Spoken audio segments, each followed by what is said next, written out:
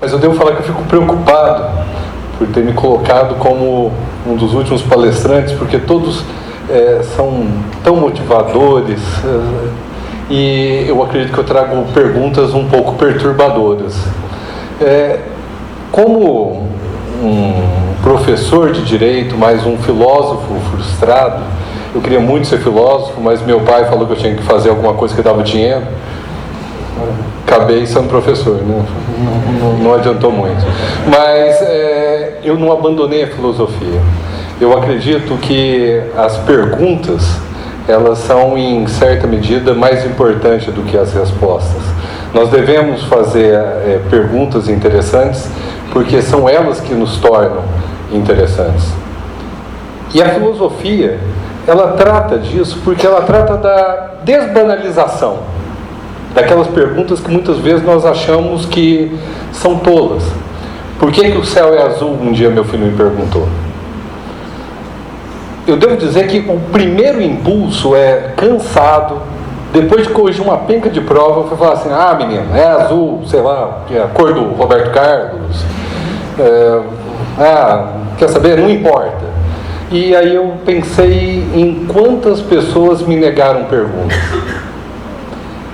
E eu falei: meu filho, eu ainda não sei, mas eu vou tentar descobrir para você. E vi nele o prazer de ter aprendido aquilo. Mas o que foi mais importante é que eu percebi que eu pensava que aquela pergunta era tola. E depois eu percebi que ela só era tola porque eu tinha banalizado, porque eu não tinha dado importância. Quanto conhecimento de física, quanto conhecimento de ótica tem embutido na resposta para satisfazer a curiosidade de uma criança? Eu aprendi que não tem perguntas banais. E comecei a colocar os meus olhos de forma diferente sobre algumas perguntas que eu achava banais. Uma delas é aquilo que está naquela música do Gonzaguinha, né? E a vida o que é? Diga lá, meu irmão. A vida é uma coisa que é uma palavra que a gente usa, de certa forma, tão corriqueira, muitas vezes até leviana. A gente fala, esporte é vida, alimentação é vida. Mas a gente não responde a pergunta: o que é vida? Isso me lembra um pouco Santo Agostinho. Santo Agostinho foi perguntado para ele certa vez o que é o tempo. E ele falou assim: olha, se ninguém me pergunta, eu sei, mas se eu quiser explicar a quem indaga, eu já não sei. Eu acredito que a gente pode fazer um paralelo, uma paráfrase disso com a vida. Se alguém me pergunta o que é vida, eu tenho um feeling. Eu sei o que é vida, eu estou vivo, eu sei. Bem, pelo menos. Mas, então me explica o que é isso aí que você está. Me diga o que é isso que você é. Me diga lá, meu irmão, o que é vida? Agora sim, assim, você perguntando, assim de pronto, fica um pouco complicado. Vida... já sei, tipo, olha, coração batendo, meu coração está batendo, isso aí é vida. Não é vida isso é um sintoma de vida. Olha, se o seu coração estiver batendo, é razoável supor que há um indicativo que você deve estar vivo. Até mesmo porque eu falo um indicativo, porque hoje estar com o coração batendo não é significado suficiente para o diagnóstico final que você efetivamente está vivo, como veremos daqui a pouco. Mas o problema é que muita gente acredita que pelo simples fato da pessoa estar viva, ela tem autoridade para dizer o que é ser vivo. E ela não consegue perceber que a vida, ela não é só um fato biológico. Porque se você reduz a vida a um fato biológico, você está reduzindo o ser humano a um fato biológico. E nós, longe de sermos existentes em uma única dimensão, nós somos seres multidimensionais. Nós somos seres biológicos, nós somos seres econômicos, nós somos seres culturais, nós somos seres afetivos, nós somos seres intelectuais. E a nossa vida se desdobra nessas múltiplas dimensões. E nós somos seres históricos. A vida de um homem de Neandertal, muito provavelmente, tem uma significação muito diferente de um Australopithecus. E assim sucessivamente, conforme nós caminhamos pelas paragens da evolução, não só modifica nosso corpo, mas a nossa vida e o valor que nós damos à vida, ela se modifica. Isso se torna especialmente relevante porque a radicalização das tecnologias, elas implicam em um conhecimento extremamente profundo do corpo humano. De forma que muitos gostam de comparar o corpo como se fosse uma máquina. Se eu conhecer adequadamente as peças, aquilo que compõe essa máquina, eu vou conseguir aperfeiçoar essa máquina. Se eu conseguir descobrir tudo aquilo de misterioso que está no código genético de uma pessoa, eu poderei aperfeiçoar essa pessoa.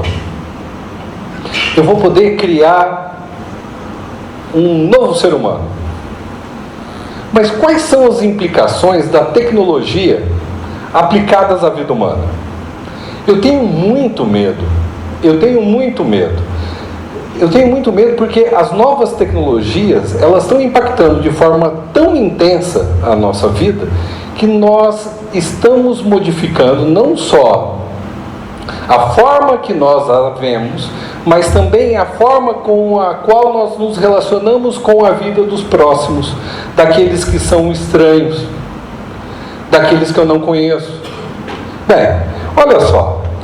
Quando nós temos a questão da descoberta do DNA e todas as questões de sequenciamento, com a criação de novas máquinas cada vez mais poderosas para o processamento de uma quantidade maciça de dados, é bem possível que nós tenhamos um ser humano por design. Cada vez mais, eu posso, por exemplo, pensar que o futuro já ficou no passado. Muito do que as pessoas escreveram como ficção científica, hoje já é verdade. Hoje é realidade. Hoje nós estamos sofrendo as consequências da ficção que teima em transbordar para esse mundo. O futuro não é mais como era antigamente. Como que nós vamos pegar nossos valores e como nós vamos responder a uma sociedade que construiu um novo ser humano? Aliás, eu fico muito preocupado. Se nós podemos construir por design um ser humano, como tem muita gente que quer escolher o sexo do bebê, tem muita gente que quer escolher os olhos do bebê, já está existindo uma certa perspectiva de escolher alguns traits mais específicos, como inteligência, capacidade física, altura. Se eu tenho um ser humano construído por design, qual que é a responsabilidade? De quem é a responsabilidade se dá alguma coisa de errado com o design? Se eu tenho um carro dirigido por um computador e acontece um acidente, a responsabilidade é do condutor, é do fabricante ou é do programador? Se eu tenho um ser humano construído por design e ele vem defeituoso, por exemplo, com agressividade desmedida, de quem que é a responsabilidade se essa pessoa praticar um crime? É dele ou é do programador desse ser humano por design? E mais, se eu tenho seres humanos por design, o que vai acontecer se ele ficar obsoleto? Sim, nós não falamos de tecnologia, que a tecnologia ela vai ficando mais velha cada vez mais rápido. Então eu faço um ser humano por design perfeito para satisfazer todas as necessidades da sociedade. Só que a sociedade mudou amanhã. E o amanhã já é passado e essa pessoa é obsoleta. O que nós vamos fazer com essa pessoa? Parece que toda vez que a gente fala de tornar o ser humano um ser humano melhor, parece que nós não estamos falando de torná-lo um ser humano melhor. Nós estamos querendo falar de torná-lo mais útil. E será que utilidade é a métrica adequada para a gente medir o valor do ser humano? Eu gosto de propor a ideia do dilema de Mefisto. Imagine que, pum, Aparece o capeta aqui, cascos, chifre, enxofre, e ele faz uma proposta diabólica. Ele fala: olha só, eu vou fazer para você uma oferta que você não pode recusar. Eu vou curar o câncer. Ninguém mais vai morrer de câncer no mundo. Olha que maravilha. Não, tá bom, capeta, mas o que você quer em troca? Basta você quebrar o pescoço desse bebê de 6 meses. Do ponto de vista utilitário, vocês concordam que não tem muita dúvida? Basta você matar uma pessoa e milhões de pessoas terão a sua vida poupada. Quanto sofrimento não deixará de existir? Mas notem que a vida humana, ela não se rege por esse valor matemático de utilidade. Essa vida humana não pode ser reduzida a um commodity. Porque se fizéssemos isso, reduzíssemos a vida humana a um commodity, nós nos tornaríamos fungíveis. Sacrificar uma pessoa para salvar 100 milhões? Tudo bem. Tá bom, e 100 para salvar 1 milhão? Ainda tá, né? E 1000 para salvar 100 mil? De repente, nós não percebemos que nós sacrificamos o próprio valor da vida humana. A ideia do sagrado. Nós não podemos esquecer que, apesar dessa questão do design, apesar da genética influir profundamente na própria ideia de concepção, de como o ser humano nasce, hoje nós não podemos dizer daquele ditado latino. Eu fico imaginando os jurisconsultos de Roma. Eles tinham um ditado que falava assim: mater semper certa est. A maternidade sempre é certa. Hoje não. Hoje você pode nascer de um barrigo de aluguel. Quem que é a mãe? Hoje você tem alguns casos onde, por exemplo, um casal de mulheres, ele encontra um amigo, pede uma doação de esperma, inocula o óvulo de uma determinada das parceiras, esse encontra a concepção e coloca o óvulo na barriga da terceira pessoa. Quem são os pais? Quem são? Hoje não dá nem para falar que a maternidade é sempre certa. A genética mudou tudo. E hoje nós começamos a discutir quando que a vida... A gente pensa o seguinte: nossa, eu sei tudo de vida. Quando que ela começa? Meu Deus, tem várias teorias sobre isso. Só que o que é interessante é que cada uma dessas teorias, ela não nasceu de uma percepção sobre o que é a vida em si, mas ela nasceu de uma mudança tecnológica que acabou determinando uma mudança de como nós pensamos a vida. Daí, eu chamo a atenção de vocês para uma das grandes tecnologias que aconteceu nos últimos 50 anos, que mudou e vai mudar muito a forma da gente pensar: o transplante de órgãos. O transplante de órgãos era uma coisa de ficção científica, até que foi um cara lá e conseguiu. Transplante de coração. Gente, isso é fantástico. Antes do transplante de coração, a gente não tinha dúvida. Quando uma pessoa morre? Parada cardiorrespiratória irreversível. Depois que teve o transplante de coração, a gente falou assim: olha, tem um problema.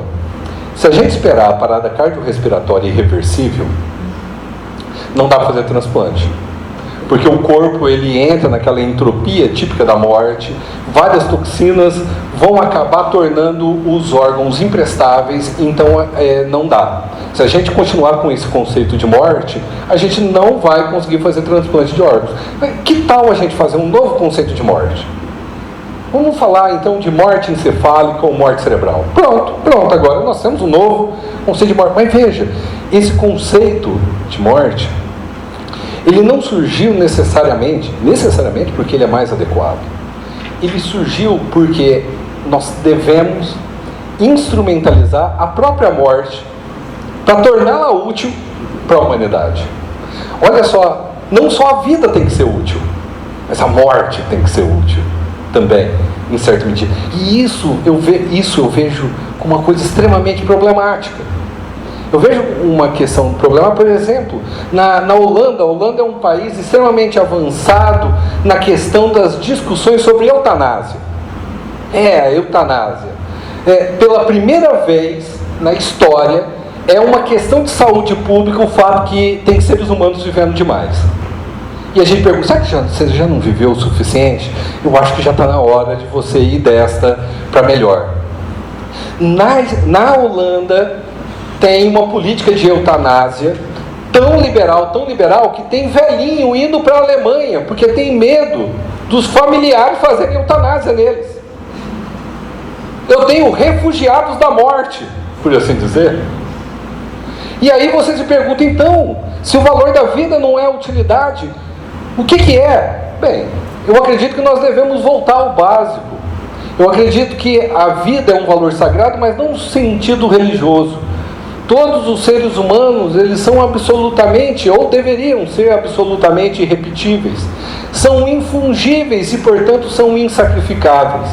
Nisso, me parece que nada mais atual do que aquele ensinamento milenar do Talmud. Quem mata uma vida, mata a humanidade. Quem salva uma vida, salva a humanidade. Nesses tempos de revolução tecnológica, não percamos a essência do que nos faz humanos. Vamos salvar o mundo, uma vida de cada vez. Obrigado.